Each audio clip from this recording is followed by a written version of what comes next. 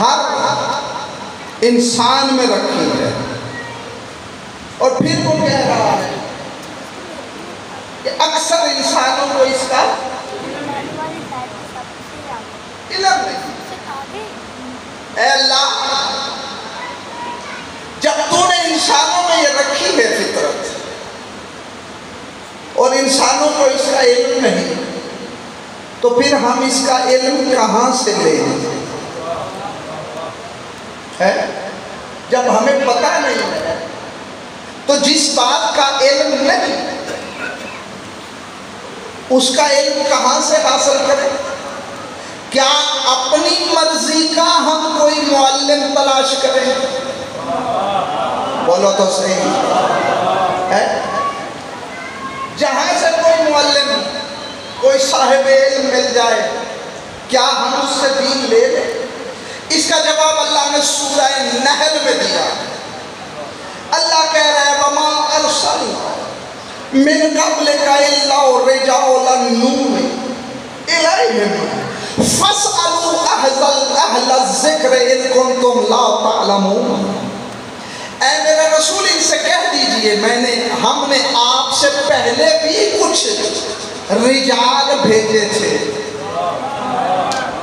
کچھ مرد بھیجے تھے، اللہ نے بھیجے تھے، 1.25 لاکھ نبی بھیجے تھے دین بتانے کے لیے۔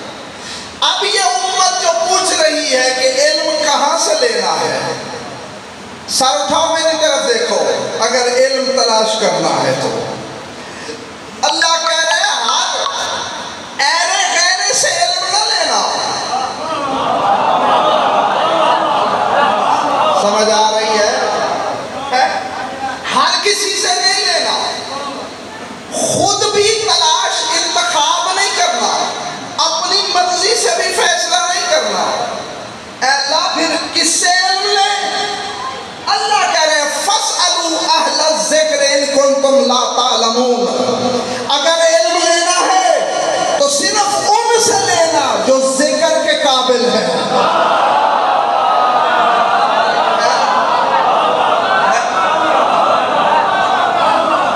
جو اہل ذکر ہے، جو اس اہل ہے کہ ان کا ذکر کیا جائے۔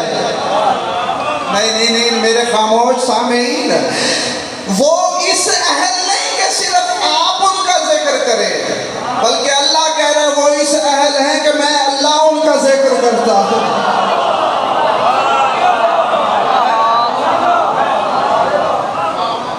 تو اس کا مطلب ہے قرآن کے مطابق جس بات کا علم نہیں صرف اہل ذکر سے لینا ہے۔ یہ اہل ذکر کون ہے؟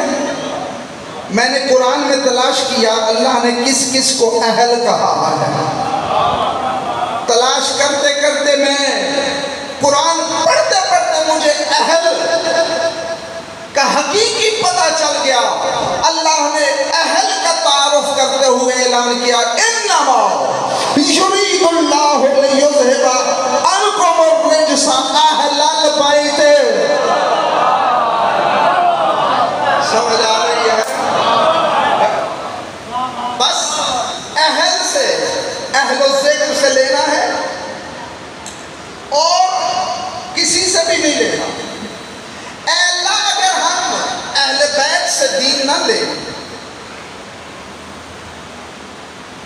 اہل الذکر سے دین لینا نہ چاہے، علم والوں سے لینا نہ چاہے، کوئی اور راستہ ہے؟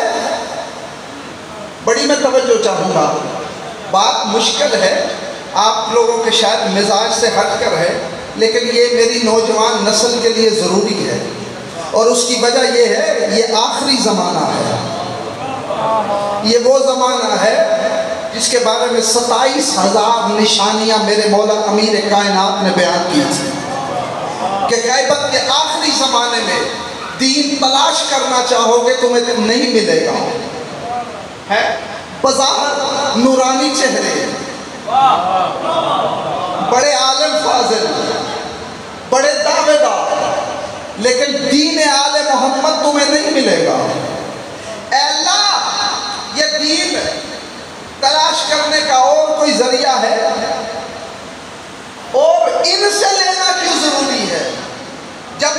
اللہ سے پوچھا کہ اہل بیت سے لینا کیوں ضروری ہے اور کسی سے کیوں نہیں لے سکتے؟ تو سورہ مائدہ میں اللہ نے کہا یا ایھا الذین آمنوا اتقوا اللہ وابتغوا الیہ الوسیلہ وجاہدوا فی سبیلہ لعلکم تفلحون۔ اے ایمان والو، پہلے اللہ صرف انسانیت سے مخاطب تھا، اب صرف ایمان والوں سے مخاطب ہے، مسلمان سے بھی نہیں، مومن سے مخاطب ہو کے کہہ رہا ہے یا ایھا الذین آمنوا، او ایمان والو، اتقوا اللہ، تقوی الہی اختیار کرو،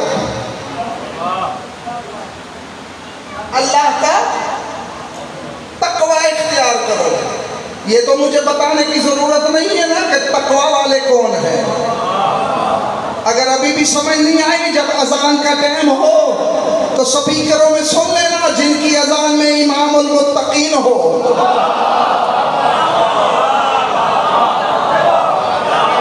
اللہ اکبر۔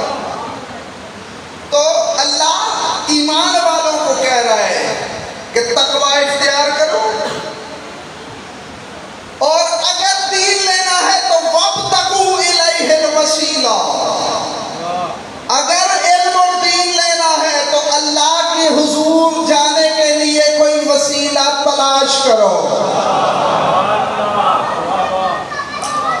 اللہ نے یہ نہیں کہا کہ وسیلہ خود بنا لو،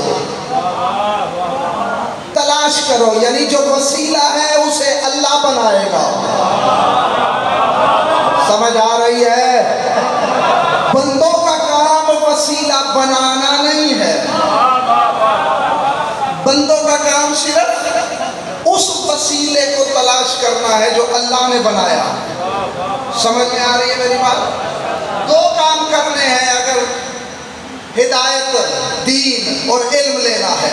پہلا کام یہ کرنا ہے کہ وسیلہ تلاش کرو، اور وسیلہ ایسا تلاش کر رہا ہو جو کسی سوال کے جواب میں نہ کہے۔ سمجھ آ رہی ہے؟ ہاں، سوال جو کرنا ہے، پچھلی آیت میں اللہ نے کہا فَاسْأَلُوا أَهْلَ الذِّكْرِ، فَاسْأَلُوا، سوال جو کرنا ہے، اگر دل ہو تو اس سوال کی حقیقت کھولو، بولو خدا گواہ ہے آج تک شاید اس منبر پہ اس سوال کی حقیقت کسی نے کھولی نہیں۔ پتہ نہیں، میرا بھی ارادہ نہیں تھا، لیکن اللہ جانے ابھی میرا ارادہ بنا ہے۔ اگر سب کا دل ہو تو کھولو۔ یہ سوال کیا ہے؟ جاؤ، جتنے قرآن کے ترجمے آپ کو ملے، ترجمے والوں نے لکھا ہے کہ پوچھو، پوچھو۔ سوال کا معنی پوچھو لکھا ہوا ہے نا۔ پہلے تو تلاش کرو، یہ کوئی ایسا دعوے دار ملے جو کسی سوال کے جواب میں نہ کہے۔ جب میں تلاش کرنے نکلا تو میری روح پرواز کرتی کرتی منبر کوفہ کے سامنے پہنچی۔ منبر کوفہ میں ایک خطیب ازل بیٹھا تھا جو کائنات کی آنکھوں میں آنکھیں ڈال کے اعلان کر رہا تھا سلونی۔ اللہ اکبر۔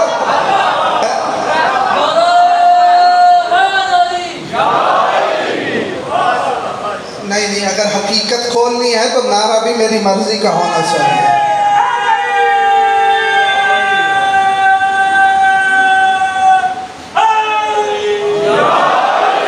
جو منبر کوفہ پہ اعلان کر رہا تھا ایھا الناس سلونی، سلونی قبل ان تفقدونی، سوال کرو،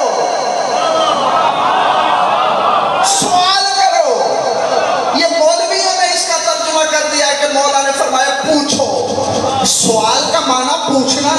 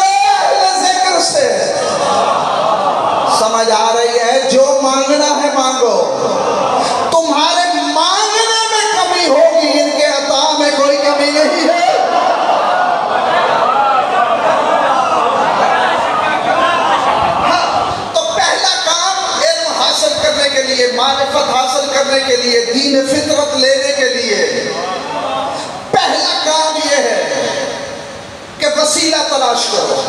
سمجھ آ رہی ہے؟ اور یہ مجھے اپنی قوم کو بتانے کی ضرورت نہیں ہے کہ وسیلہ کون ہے۔ وسیلہ اللہ تک پہنچنے کے لیے لینا ہے نا، تو پھر وہ ہم جیسا نہیں ہوگا، کیونکہ ہمارا کوئی اللہ سے کانٹیکٹ نہیں ہے۔ وسیلہ وہی ہوگا جو ظاہر میں ہمارے سامنے ہو، حقیقت میں ان کے سامنے ہو۔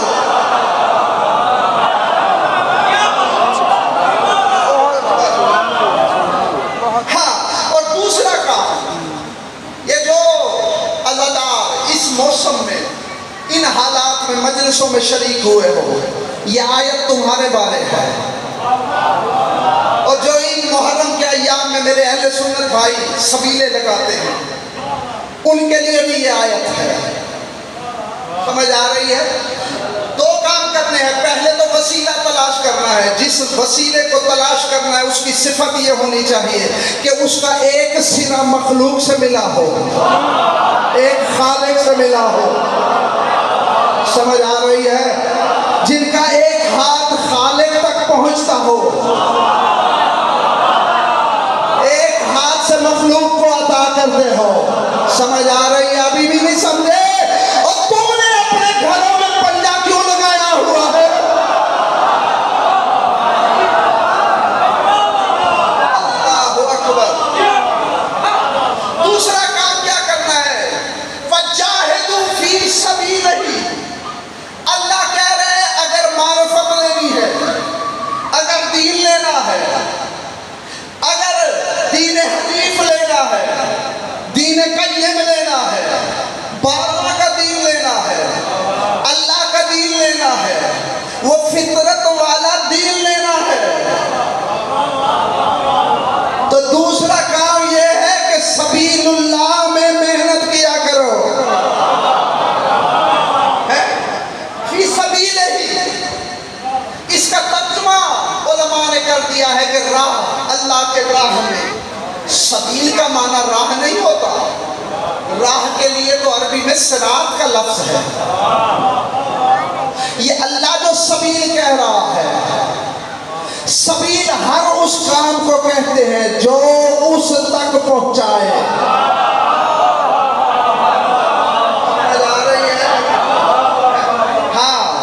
یہ جو سبیلیں لگاتے ہو نا، یہ بھی سبیل اللہ ہے، اسی لیے تو اس کا نام سبیل رکھا گیا ہے۔ لعلکم تفلحون، اللہ کہتا ہے اگر یہ دو کام کرو گے تو تم یقیناً فلاح پاؤ گے۔ مشکل بات میں نے کر دی ہے۔ اب جو آیت میں نے تلاوت کی تھی اس کی اگر دل ہو تو مولا سے تفسیر بیان کرنے لگا۔ بولو ہے سب کا دل؟ حوالہ اس لیے دینے لگا ہوں کہ ہو سکتا ہے بعد میں لوگ اعتراض کریں، تفسیر قمبی سے پڑھنے لگا۔ تفسیر قمبی یہ وہ تفسیر ہے جس کے بارے میں علماء نے لکھا ہے کہ اس کی ساری روایات ٹھیک ہیں۔ سمجھ آ رہی ہے؟ ہاں، اب جو آیت میں نے اس عشرے کا عنوان رکھا، اللہ کیا کہہ رہا ہے؟ فَأَقِمْ وَجْهَكَ لِلدِّينِ حنیفا فطرت اللہ التی فطر الناس علیہا۔ اے میرا رسول اپنے چہرے کو قائم رکھ اس دین حنیف پر جو انسانوں کی فطرت میں ہے۔ آؤ مولا سے تلاش کرے، مولا کو دین فطرت کیا ہے؟ وہ دین حنیف کیا ہے؟ وہ جو اللہ نے انسانوں کے دلوں میں، ہر انسان کے وجود میں اس دین کو رکھا ہے، وہ دین کیا ہے؟ دو تفسیریں ہیں۔ پہلی تفسیر میں میرے مولا امیر کائنات نے فرمایا فَهُوَ التَّوْحِيدُ، وہ دین فطرت جو ہر پیدا ہونے والے کے وجود میں ہے، وہ ہے توحید۔ پتہ نہیں کیوں چہرے تمہارے پریشان ہیں۔ توحید اس اللہ کا ذکر ہے جو میرے مولا علی کا بھی اللہ ہے، اور تمہارے چہرے اس لیے خاموش ہیں، تم کچھ اور سننا چاہتے ہو۔ اس کی وجہ یہ ہے کہ ممبروں پہ تمہیں کسی نے توحید کی حقیقت بتائی نہیں۔ خدا گواہ ہے زمانے کو پتہ ہی نہیں ہے کہ توحید کی حقیقت کیا ہے۔ اگر دل ہو تو اب روایت پڑھو، بولو سب کا دل ہے یا نہیں؟ یہ تمہاری آوازیں مجھے نہیں روایت پڑھنے دے رہے۔ میرے 8ویں مولا سامن خراسان سے کی بارگاہ میں کسی نے یہی آیت تلاوت کی، مولا وہ اللہ جو دین فطرت کی بات کر رہا ہے، جو ہر انسان کے وجود میں ہے، جس کی حقیقت توحید ہے، مولا وہ دین حنیف کیا ہے؟ کوئی حلال زادہ خاموش رہ نہیں سکتا۔ جب میں نے مولا سے پوچھا تو مسکرا کے میرے مولا نے فرمایا فطرت اللہ الذی فطر الناس علیہا ہے یا لا الہ الا اللہ محمد رسول اللہ علی ولی اللہ۔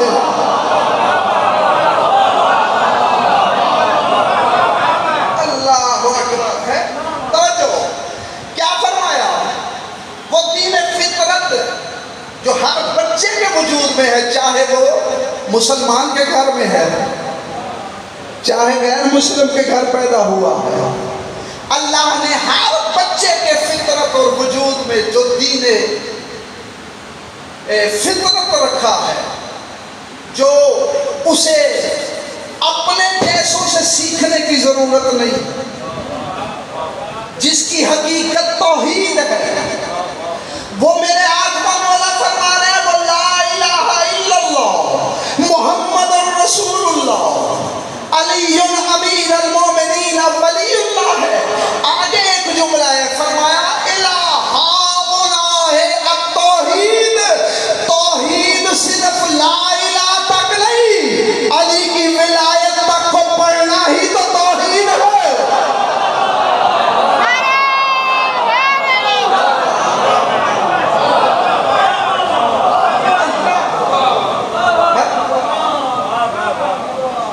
چلو دل ہو تو ایک بات اور بھی کر آیت میں اللہ نے کیا کہا کہ اس نے مخلوق کو بنایا ہے، دین فطرت۔ آپ تلاش کریں کہ اس نے اس مخلوق کو بنایا کیسے؟ بولو باتیں اب مشکل ہے، میں کیا کروں، تمہارا فائدہ اسی میں ہے۔ میں چاہتا تو بڑی آسان باتیں کروا سکتا تھا، بڑی آسان باتیں کر سکتا تھا، تم لوگ بھی خوش ہو جاتے، لیکن یہ تمہارے مستقبل کے لیے، اس وقت یہ باتیں کام آئے گی جب 12واں آئے گا۔ سمجھ آ رہی ہے؟ ہاں، اور اس کی حقیقت تمہیں اگلی مجالس میں پتہ چلے گی۔ وہ دین ہے، وہ مخلوق اللہ نے جو بنائی ہے، جن کے وجود میں اس نے دین فطرت کو رکھا، اللہ نے اس مخلوق کو بنایا کیسے؟ اور یہی معرفت توحید ہے جو میں بیان کر رہا ہوں، اپنے سے نہیں کہنے لگا۔ میرے مولا امیر کائنات کا نہج البلاغہ میں جو پہلا خطبہ ہے، خدا گواہ ہے یہ مولوی نہج البلاغہ کرتے بہت ہیں، اس کی حقیقت کا انہیں پتہ ہی نہیں۔ کبھی ممبروں پہ اگر نہج البلاغہ ہی پڑھا جائے تو خدا گواہ ہے میری قوم کا کوئی بچہ بھی اس گھر کے کسی فضیلت کا کبھی انکار نہ کرے۔ اب اگر دل ہو تو جملہ پڑھو، بولو نہج البلاغہ کا پہلا خطبہ جا کے گھروں میں پڑھ لینا پورا۔ میرا مولا اللہ کی حقیقت، اللہ کی وصف بیان کرتے ہوئے میرے مولا نے فرمایا الحمدللہ الذی لا یخلق مدحتہ القائلون، اللہ وہ ہے جس کے بارے میں بولنے والے کبھی بھی اس کی پوری مدحت نہیں کر سکتے۔ ولا تحصی نعماءہ، اس کی نعمتوں کو مخلوق نہیں گن سکتی۔ نہیں توجہ نہیں کر رہے، کیا کہا؟ اس کی نعمتوں کو مخلوق گر ہی نہیں سکتی. یہ زمین و آسمان کے درمیان جو کچھ ہے اسے تو سائنس نے گن لیا ہے. کائنات کے ذرے ذرے کو سائنسدانوں نے گن لیا ہوا ہے.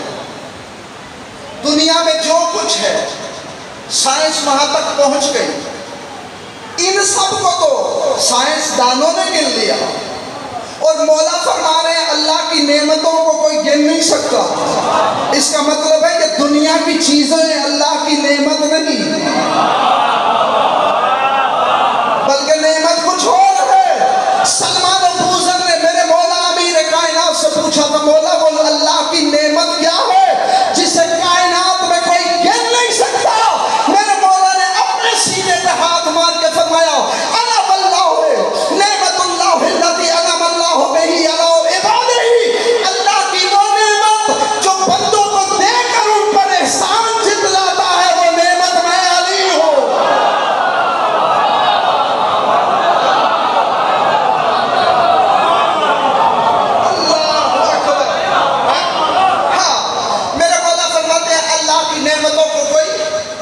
مخلوق نہیں گن سکتی. وَلَا يُعَدِّي حَقُّهُ الْمُجْتَهِدُونَ. اللہ کا حق مجتہد بھی ادا نہیں کر سکتے. جد و جہد کرنے والے ادا ہی نہیں کر سکتے. اب اصل بات کرنے لگا ہوں کہ یہ کائنات اس نے کیسے بنائی, یہ فطرت کیسے بنائی. آیت میں جو کہہ رہا ہے فطر الناس, یہ اللہ نے فطرت مخلوق کو دین فطرت پہ بنایا کیسے. میرا مولا فرما رہے فطر الخلائق بقدرت ہی, اس نے کائنات بنائی ہے اپنی قدرت سے. اور میں نے چھٹے مولا سے پوچھا کہ مولا وہ اللہ کی قدرت کیا ہے جس سے اس نے کائنات بنائی ہے. مولا نے فرمایا نحن قدرت اللہ ہے.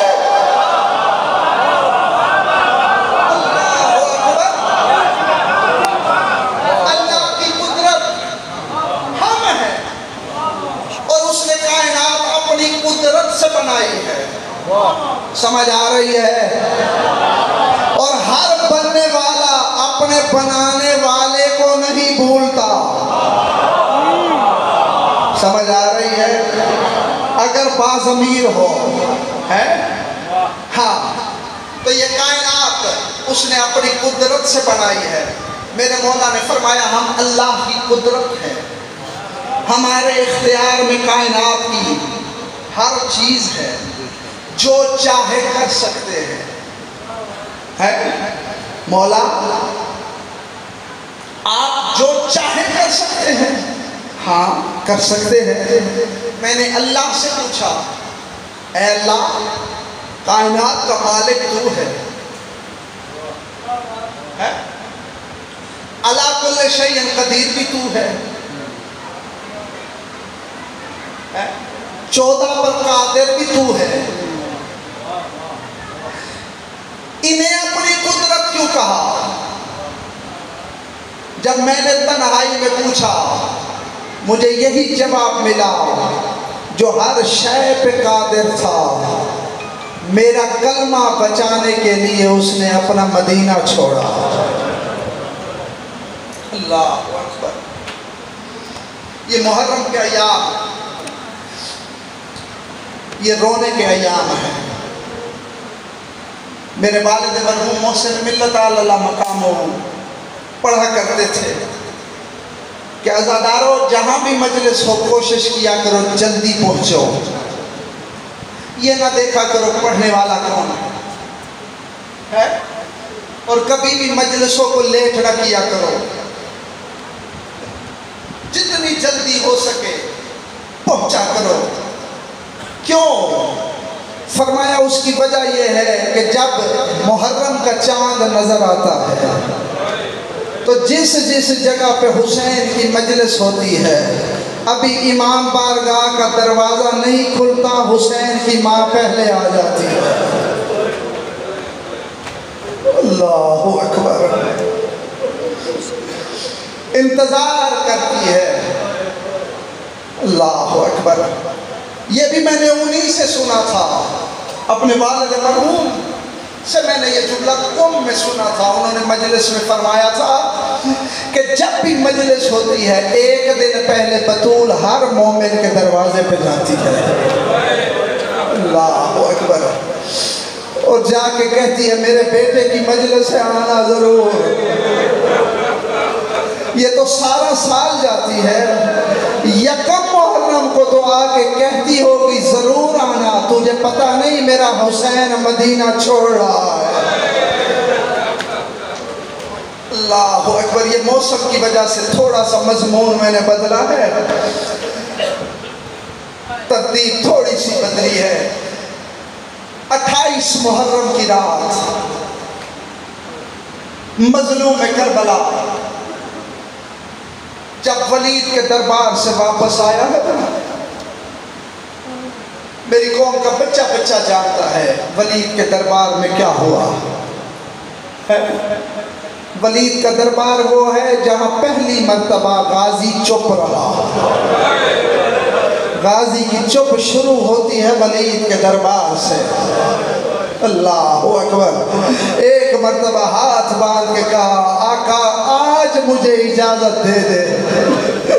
میرے آقا نے فرمایا غازی اگر لڑنا ہوتا تو میری ماں دربار نہ جاتی۔ طلب کے کہتا ہے گھر جاؤں گا، تیری پاک بہن اگر پوچھے لیے تو دربار میں بات کیا ہوئی تو میں کیا کہوں گا۔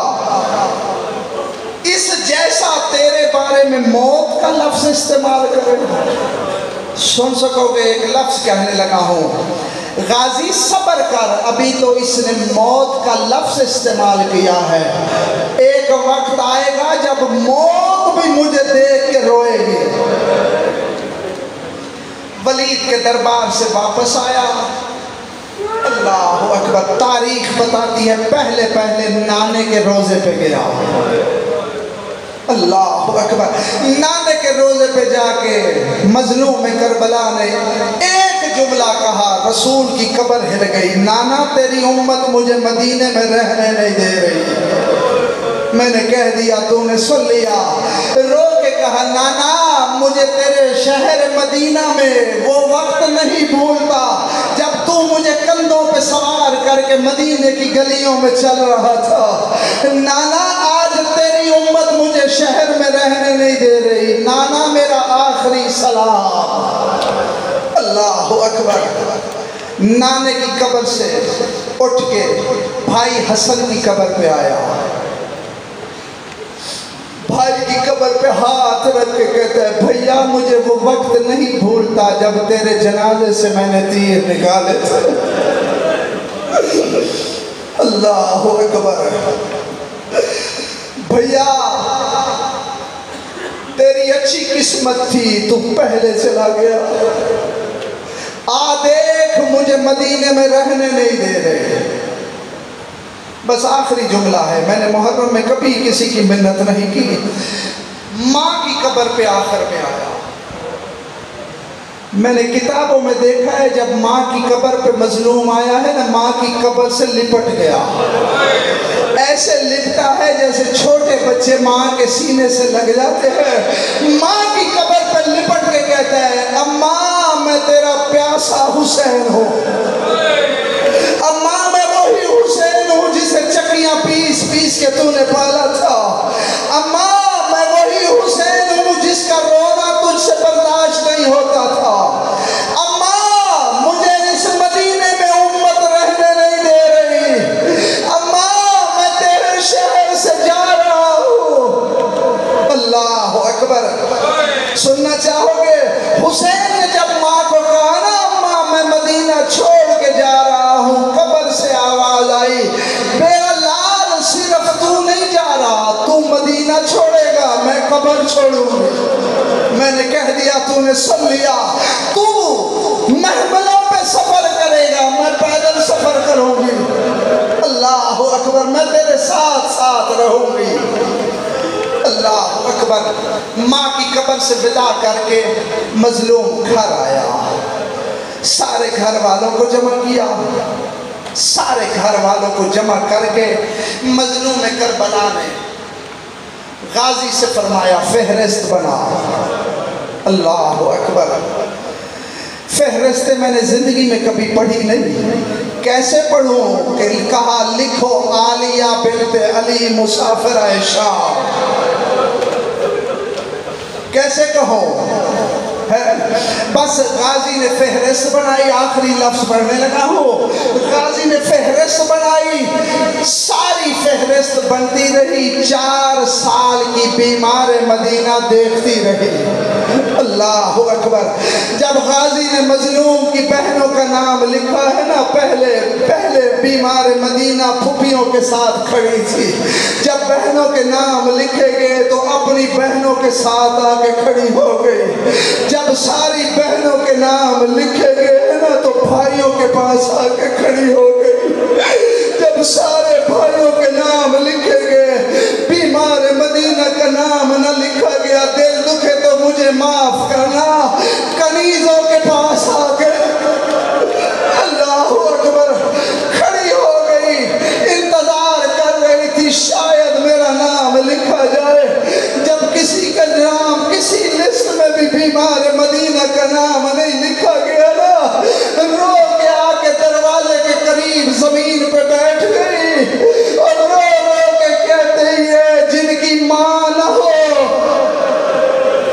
اللہ اکبر. اللہ اکبر.